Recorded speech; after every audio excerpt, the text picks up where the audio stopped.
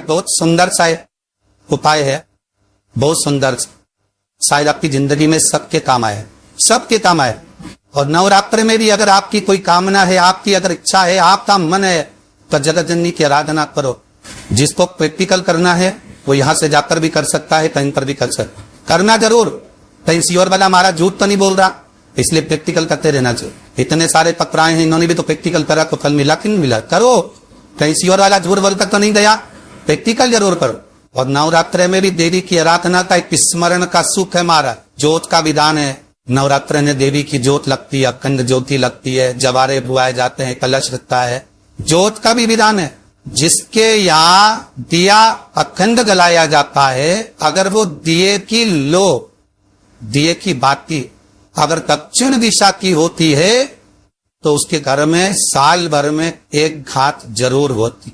जब दिया अखंड जलता है उसकी बाती का मुख दक्षिण का नहीं होना चाहिए।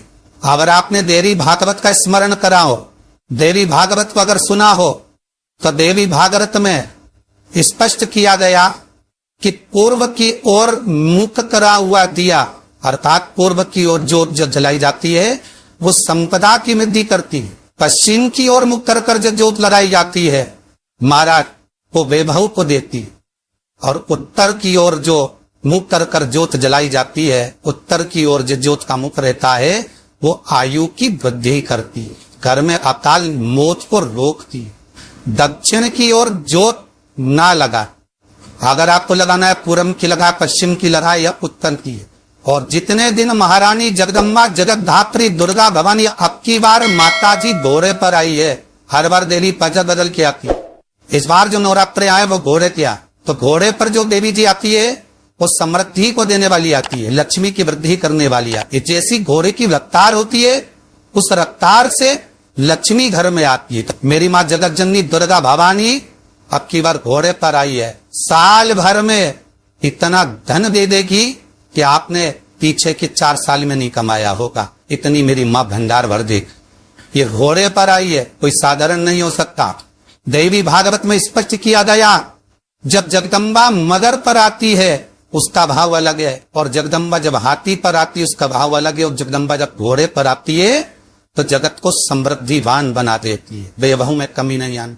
अब ये अले दुनिया के लोग अभी रोते हैं कि पैसा नहीं आ रहा, मेरी माँ अगर घोड़े पर आई है तो उसका सुख आपको जरूर मिलेगा। एक जरा सी मिट्टी की दुकान भी अगर आप खोल कर बैठेंगे तो चांदी और सोना के बराबर कमाएंगे, इतना धन देगी वो माँ। और नवरात्र में भी अगर आपकी कोई कामना है, आपकी अगर इच्छा है, आपका मन है, तो जगत जननी की आराधना करो। पति और पत्नी में अगर क्लेश है तो जगदम्बा के मंदिर में मक्खन चढ़ा, प्रेम बढ़ जाए। आपको लगता है कि पति कोई अन्य स्त्री से लगा हुआ है या परिवार टूट रहा है, तलाक तक पहुंच गया है, तो माता के मंदिर में आप ध्वजा लगवाइए, उस ध्वजा पर मक्खन लगाकर लगवाइए, आपको लाभ मिले। यदि आपको लगता है कि बच्चे बहुत ज्यादा अपशब्द बोल रहे हैं, मुंह चला रहे हैं और प्रेम नहीं रख रहे, तो माता के मंदिर में लाल पुष्प, लाल चंदन और लाल चूड़ी माँ को समर्पित करिए, प्रेम बढ़ेगा। बच्चा कभी आप जी से कम नहीं बोलेगा, प्रेम की भाषा निकली है। सती पता यार, जिनके घर में ज्यादा रोग हो, बीमारी हो, ज्यादा तकलीफें आ रही हो, कष्ट बढ़ रहा हो, बीमारियां बढ़ रही हो, या भय लग रहा हो, डर लग रहा हो, हृदय चित्त में कहीं ना कहीं आपको भय का भान हो रहा हो, तो एक लोटा पानी, एक कलश में जल भर कर रख लीजिए और रात भर उसको रख कर दो। नवरात्र चल रहा है, वो उस कलश को रात भर रखकर सुबह सुबह उस कलश में एक बेलपत्र डालकर उस जल को नीम के पेड़ के नीचे, जहाँ नवरात्र में नीम के पेड़ के नीचे सारी विद्याएं, आदि शक्तियां, सारी देवी उस नीम के पेड़ के नीचे विराजमान रहती है। उस कलश में एक बेलपत्र डालकर रात भर रखकर उस जल को पूरे घर में घुमाकर उस नीम के पेड़ के नीचे समर्पित कर दीजिए महाराज। घर में भय लगना बंद हो जाएगा, कोई बड़ी बीमारी आपको घेरेगी नहीं, और उस बीमारी से, उस रोग से आप मुक्त रहेंगे, उस बीमारी से, उस रोग से आप मुक्त पाएंगे। अगर इस नवरात्र के अंतर्गत 9 लाल रुई और 5 श्वेत पुष्प, ये दोनों पर शिव महापुराण की कथा करेंगे, भगवान शंकर का चरित्र कथा है। अगर आपने देवी भागवत का स्मरण किया हो या भगवान शिव की पवित्र आनंदमय कथा स्कंद पुराण के काशी खंड में अगर संगी बाबा ने वर्णन किया है कि किसी भी स्थान पर यदि हमारे घर में 2 शिवलिंग है नहीं है तो किसी अपने घर के गमले में बगीचे में 2 पार्थिव लिंग का निर्माण, 2 पार्थिव, उसमें एक शिव जी का स्मरण करें और एक में माता पार्वती जी का स्मरण। देवादिदेव महादेव के 2 स्वरूप 2 लिंग प्रकट करता है, एक पर 9 पुष्प लान और एक पर श्वेत पुष्प पाठ समर्पित करें, बाबा की आराधना करें, घी का दीप लगाए, पूजन करें और बाद में उन शिवलिंग को उन पुष्पों को विसर्जन किसी भी नदी में, तालाब में, बावड़ी में, अगर वहां नहीं विसर्जन कर सकते हैं तो किसी वृक्ष के नीचे उनका विसर्जन।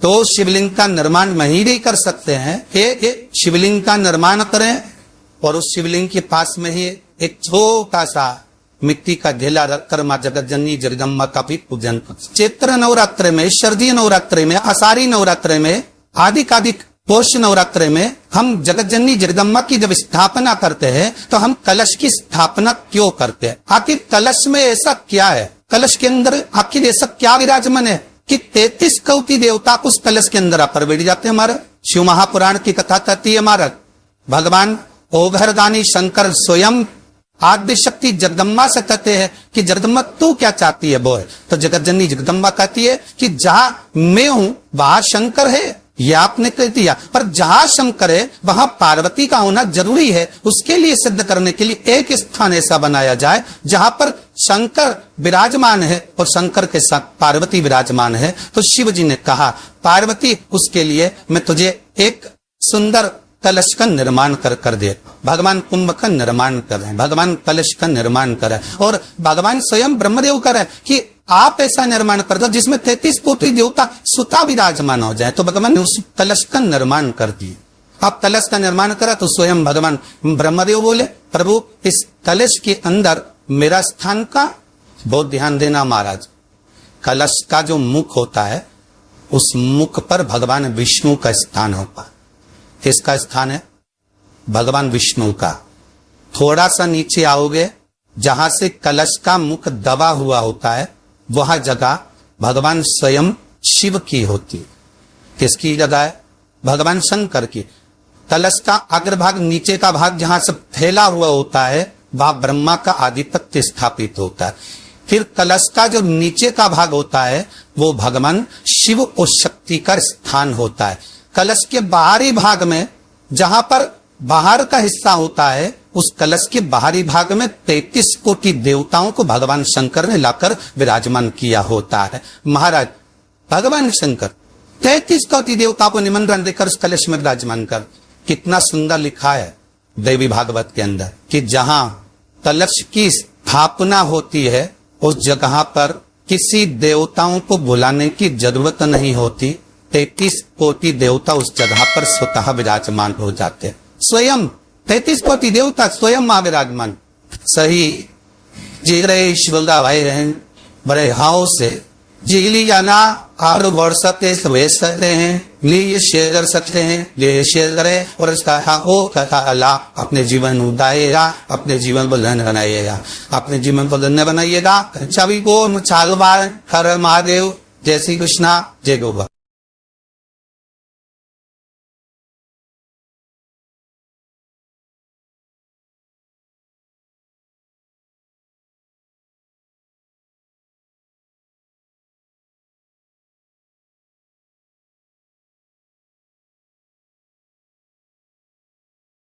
शिव मंदिर में चले जाना, किसी भी शंकर के मंदिर में चले जाना और पार्वती माता का श्रृंगार देखना एकदम साधारण। एक चुंदड़ी ओढ़ी हुई है, हाथ बंधा हुआ है, कोई थोड़ी बहुत चूड़ी पहनी हुई, माथा में बिंदी, बोर, कुंडल सब पहनी, आराम से बैठी। पर बाकी की माताओं का श्रृंगार देखोगे अपार सुंदरता का श्रृंगार। पार्वती जी फूलों का श्रृंगार करती है, उनके पास में श्रृंगार तो सब है, ऐसे कोई श्रृंगार की कमी नहीं है। माँ जगत जननी जगदम्बा श्रृंगार की कमी है, ढेर सारा श्रृंगार है, पर माँ उस श्रृंगार को धारण करती है जो जनमानस के लिए श्रेष्ठतम।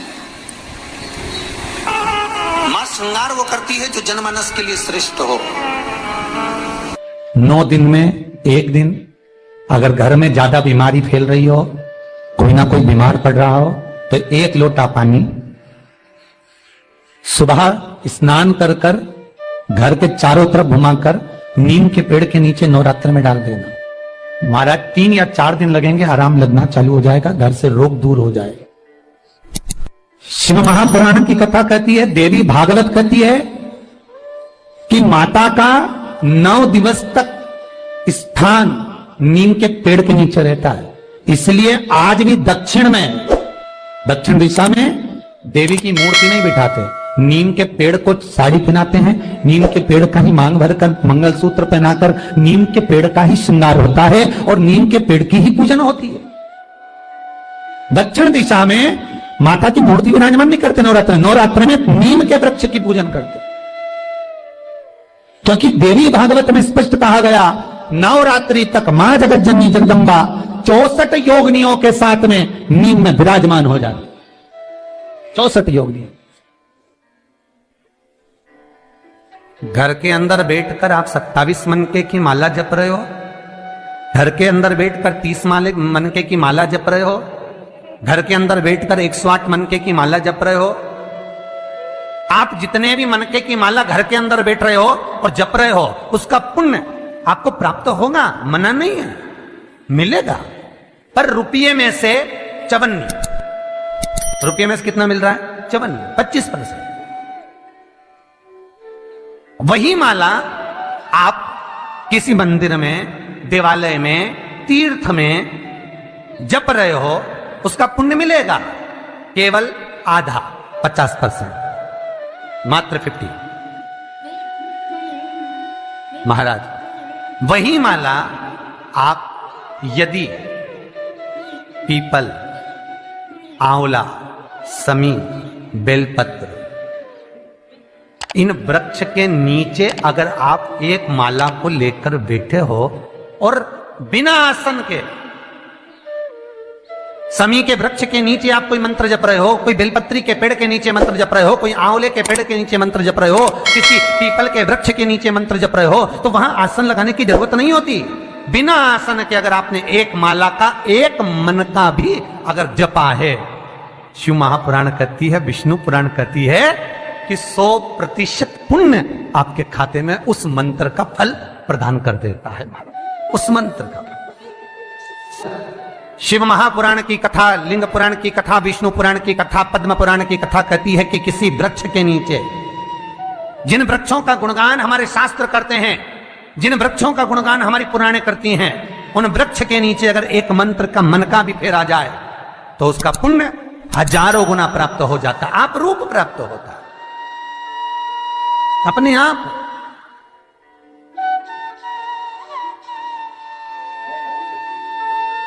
आप जिस पुण्य को करना चाह रहे, मेरा बहुत निवेदन है महाराज, बहुत प्रयास करा करो, प्रयास करना। अगर हाथ के मनके की माला भी नहीं हो और किसी पीपल के पेड़ के नीचे 15 मिनट बैठने का मौका मिल गया, आंवले के वृक्ष के नीचे 5 मिनट बैठने का मौका मिल गया, किसी आंवले के वृक्ष के नीचे आप 5 मिनट बैठे हो, ओम नमो नारायण का मंत्र का स्मरण कर लो, ओम नमो भगवते वासुदेवाय का जाप कर लो, बस उसका फल 4 गुना, हजारों गुना प्राप्त हो जाता है। शमी के पेड़ के नीचे बैठे हो, श्री शिवाय नमस्तुभ्यम का जाप करिए, 4 गुना फल मिलेगा, 1000 गुना फल। बेलपत्री के पेड़ के नीचे गए हो, ओम नमः शिवाय ओम का जाप करिए, फल मिलेगा। उस फल को हमें पाना है। शिव जी का पहला पार्वती के साथ अवतारे काल और काली, महाकाल और महाकाली, पहला होता।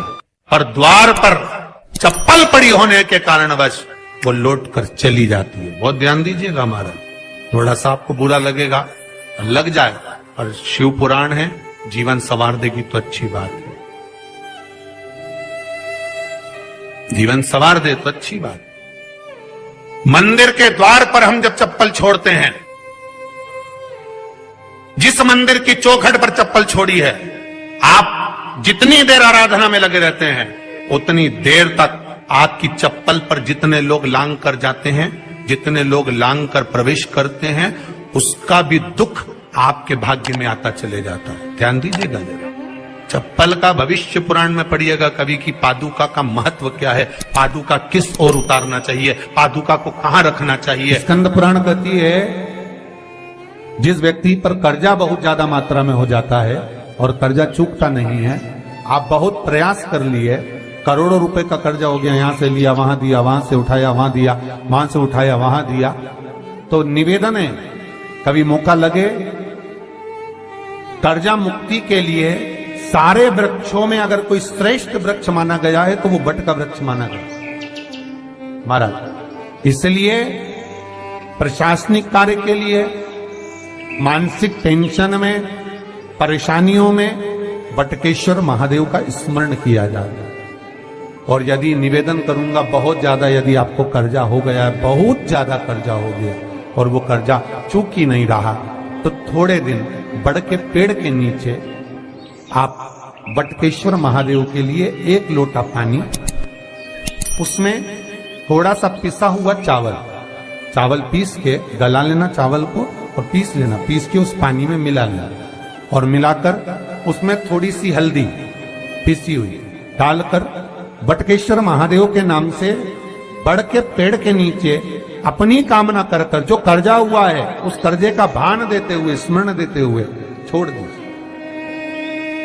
महाराज 2 या 3 सोमवार एक ही जगह पर करना, 3 सोमवार बाद वहीं से बड़ के पेड़ की थोड़ी सी जड़ उठा लाना और उस जड़ को एक कोई धागे में बांधकर या तो अपनी गले में डाल लो या अपनी जेब में पटक लो, उसको थोड़े दिन पटक कर रखना, लगभग 2 से 3 महीना पटक कर रखो।